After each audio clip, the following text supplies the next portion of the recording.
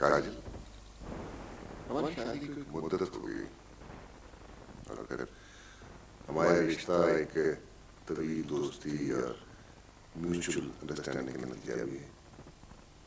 हर वक्त माजी की बातों का जिक्र करना कोई अच्छी आदत नहीं है। नहीं, मुस्तकबिल संवारने के लिए कभी कभी अपने माजी में झांक लेना अच्छा होता है। मैं पूछ सकती हूँ कि इतनी मुद्दत बाद यह अफिया की याद ताज़ा क्यों हो रही है?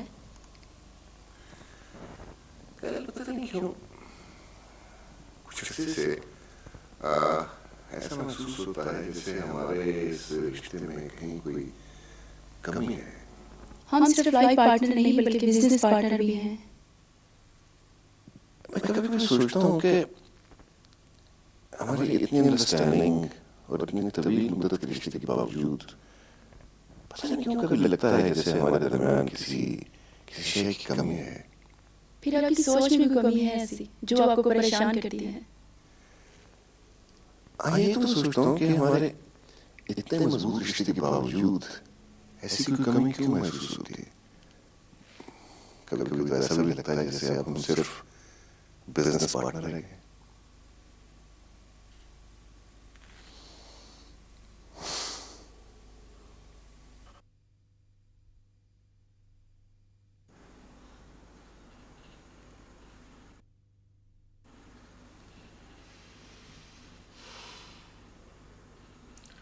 क्या बात है काजल जी, आज आप बहुत उदास और सुरदा नजर आ रही हैं। जब भी घर से निकलती हूँ ना, मेरा खामन और मेरी सास हर वक्त वही जगह की बातें करते रहते हैं, पकड़ के सारा मूड खराब कर देते हैं। काजल जी, आप ये फरमाइए कि आपने बातिश से दूसरी शादी क्या सोचकर की थी? ये सब मेरी कजन कोमल का किया धरा है। खुद जाकर फ्रांस बैठ गई है और मुझे इनकी बातें सुनने के लिए बिठा दिया है। वैसे मेरा मशवरा आपको यह है काजल कि आप बातिश की सारी प्रॉपर्टी समेट कर बस एक तरफ हो जाओ। मेरा भी यही इरादा है। मैंने घर तो पहले ही अपने नाम करवा लिया है। हाँ, बिल्कुल सही है। मुझे लगता है अल्लाह ताला बातिश जैसे लोगों का एहतिसाब आप जैसी बीवियों से शादी करवा कर करता है। इसे कहते हैं law of natural justice. Farooq, तुम्हें मुझसे कोई शिकायत है क्या? अगर तुम मेरी इज्जत करने से कासिर हो तो इसमें मेरा क्या कसूर है? मुझे याद नहीं पड़ता मैंने कभी आपसे बेअदबी या कोई गुस्ताखी की। कॉल तुम्हारे बाप के, उन्होंने शादी सिर्फ मुझसे इसलिए की कि हम आपकी देखभाल कर सकें। मेरे बाप ने आपसे शादी क्यों की? इस सवाल पर मैंने कभी गौर नहीं किया और ना ही मुझे इस सवाल पर गौर करने में कोई दिलचस्पी।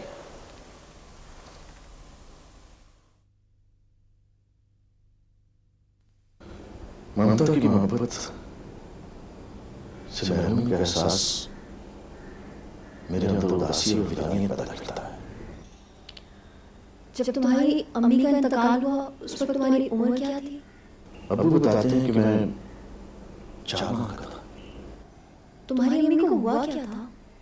सुना है कि हम सब गाड़ी में जा रहे थे, एक्सीडेंट हो गया। गाड़ी में और कौन कौन था? मैं था और अम्मी अब्बू थे। जिन चीजों पर इंसान का इख्तियार नहीं होता उन्हें सब्र और हिम्मत के साथ बर्दाश्त करना पड़ता है। मैं अक्सर अल्लाह की खुशियां और गम बांटने की हिकमत पर गौर करता हूँ। मेरी समझ में कुछ नहीं आता। इसलिए कि शायद हमारी अकल उस दर्जे में नहीं कि इन सब बातों को समझ सके। हाँ, शायद तुम ठीक कहती हो। अब अगर घर में अच्छी तरह से तलाश करें तो अम्मी की कोई एक तस्वीर तो मिल सकती है। फारूक, मैं तुम्हें कितनी बार बता चुका हूँ उस हादसे में और उस हादसे के बाद बहुत सी चीजें ज़ाया हो गई। देखो बेटे, तुम अपने ज़हन को पुराने वाक़यात की तरफ मत लेके जाया करो। यही तुम्हारे लिए बेहतर है। तो जो चीज मुमकिन नहीं है उसके बारे में सोचने का क्या फायदा? बातिश, बेटे मैं सोच रही हूँ कि हम क्यों ना इसकी शादी कर दें। आप बिल्कुल ठीक कह रही हैं, मैं भी चंद दिनों से यही सोच रहा हूँ। जी नहीं, मेरा अभी कोई ऐसा इरादा भी नहीं है और ना ही कोई ऐसी जल्दी है। हमें तो जल्दी है ना। तुम्हारे कंप्यूटर की कोर्सेज कब खत्म हुए? जी वो I think end of this year. ठीक है।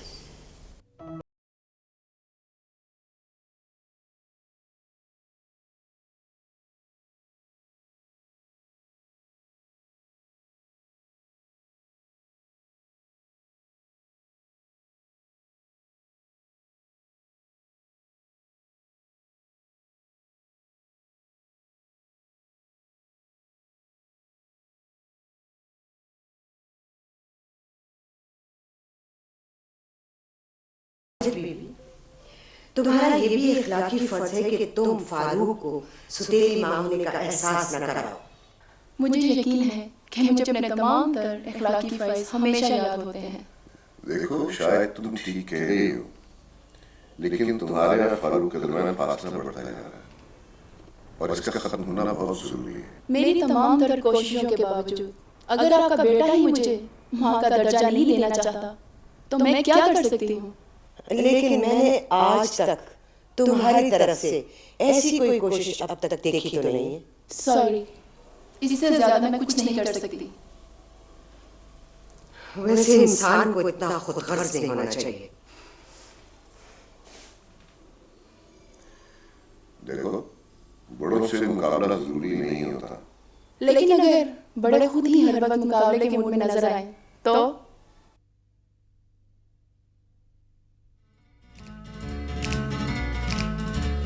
इंसान की पसंद और नापसंद के पीछे ठोस वजूहात का होना बहुत जरूरी है। और मेरी पसंद के पीछे जो वजूहात हैं वो बयान करूं कर तो सकता हूँ, लेकिन बयान करते करते रात हो जाएगी। ये आजकल आपके रोमांस का कुछ ज्यादा ही दौरा नहीं पड़ा? इसलिए कि मेरे अब्बू और दादी अम्मा मेरी शादी का मंसूबा बना रहे हैं। तो कर लो शादी।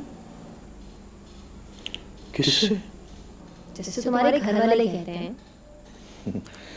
उन्होंने तो मुझको छोड़ रखा है और मैंने तुम्हें एक बुरी खबर सुनाऊं? हाँ क्या? कुछ अर्सा पहले मेरी दोनों बड़ी बहनों की मंगनी हुई थी।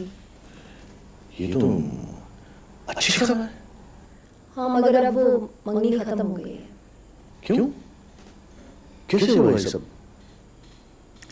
फिर किसी दिन बताऊंगी, अभी मैं अपना मूड खराब नहीं करना चाहती। इफ़त के साथ मेरी शादी का तजुर्बा नाकाम होने के बाद बातिश बहुत हसास हो गया था। या बात बात पर पहली बीवी का जिक्र क्यों करती हैं? पर मैं क्यों जिक्र न करूं? तुम्हें अच्छी तरह से पता है कि बातिश को अपने बेटे से बहुत प्यार है। तो मैंने कौन सा बाप बेटे के प्यार में रुकावटें डाल दी? देखो काजल, मैं ये चाहती हूँ कि तुम बातिश की बराई नाम बीवी नहीं बल्कि उसकी गमखार और उसकी दोस्त बनकर ये किरदार अदा करो। आप जानती हैं ना, मर्द हजरात के लिए दूसरी शादी करना कोई इतना आसान काम नहीं है। ये मैं थी जो सब कुछ जानने के बावजूद मैंने इनसे शादी की। तुम ये बात क्यों भूल जाती हो कि बातिश की शादी फ्लॉप होने की जिम्मेदार तुम और तुम्हारी कजन थी। हाँ, ये तो मेरे नॉलेज में एक और नया इजाफा हुआ।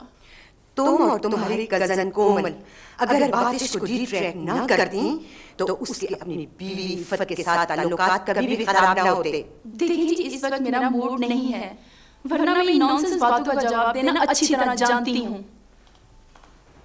काजल कहाँ चल पड़ी? एक जरूरी मीटिंग में जा रही हूँ। तो क्या मीटिंग के बारे में तुमने बातिश से पूछा? He is not my boss के हर बात की मैं उनसे इजाजत लूं।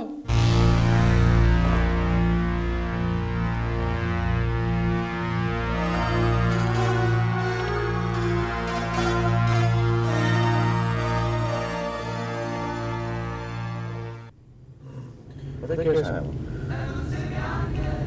मेरी दादी अम्मा अबू मेरी शादी के बारे में बड़ी संजीदगी से सोच रहे हैं। तो मुझे क्यों बताया जा रहा? सवाल का जवाब नहीं की जरूरत है। वैसे तुम तुम मुझसे बात क्यों नहीं करती? I think it's too early. मेरे लिए क्या मशवरा है? Just watch and wait की पॉलिसी पे अमल करें. खाक हो जाएंगे, क्या है तेरी जुल्फ़ी सर मेरे पर। गलत शेर पढ़कर शायर की रूह को तड़पाना कोई अच्छी बात नहीं है.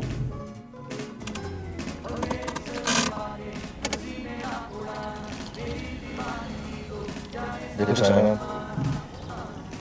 मैं बड़ी संजीदगी से बात करना चाह रहा हूँ, प्लीज मजाक मत करो। मैं भी आपसे संजीदा होकर ही बात कर रही हूँ.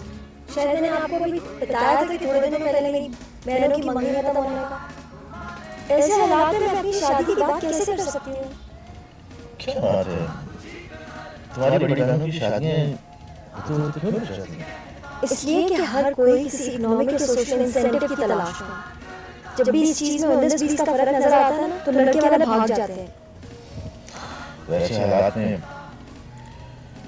अपनी सोशल क्लास में शादी करना चाहिए। शायद मैं अपनी ही सोशल क्लास के लोगों की ज़हनियत का जिक्र कर रही हूँ.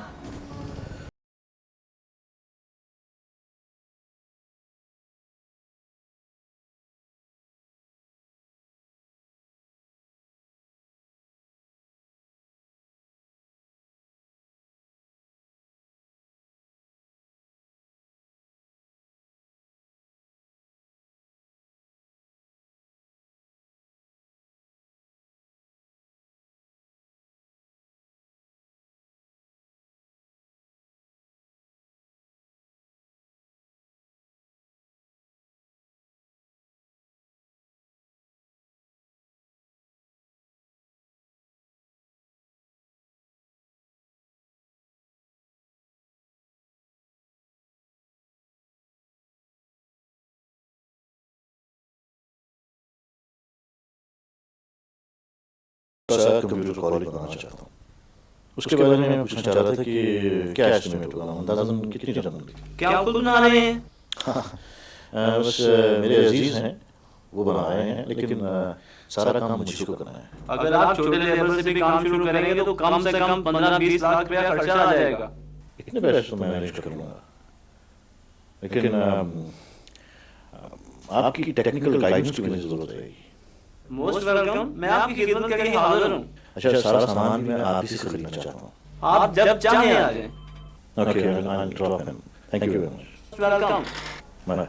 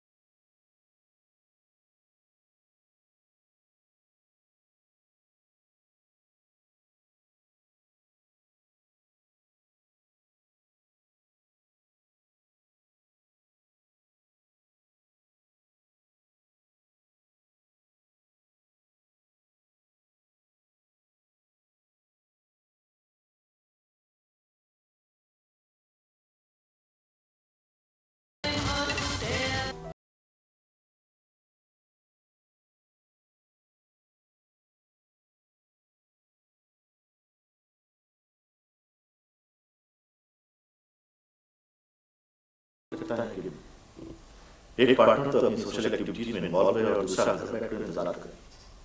तुम कहना क्या चाहते हो?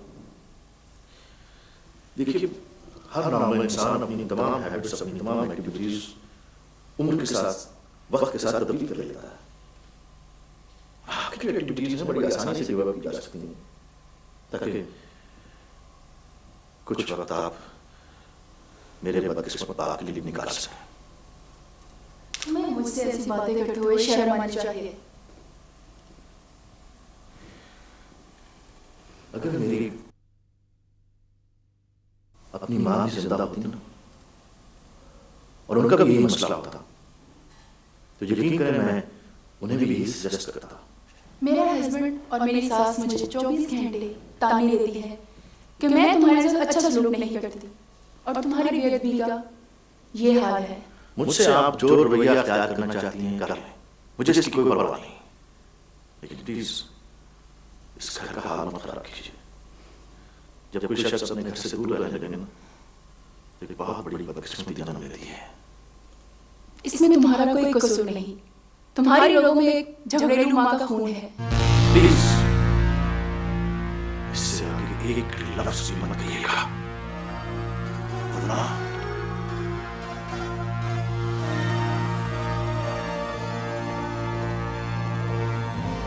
बहुत कुछ कह सकती हूँ।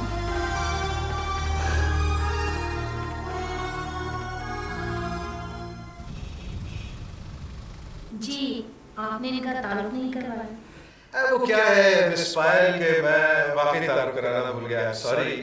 ये है मिसेस काजल बातिश और she is my right hand. लेकिन पहले तो आपकी राइट हैंड मिस कोमल थी।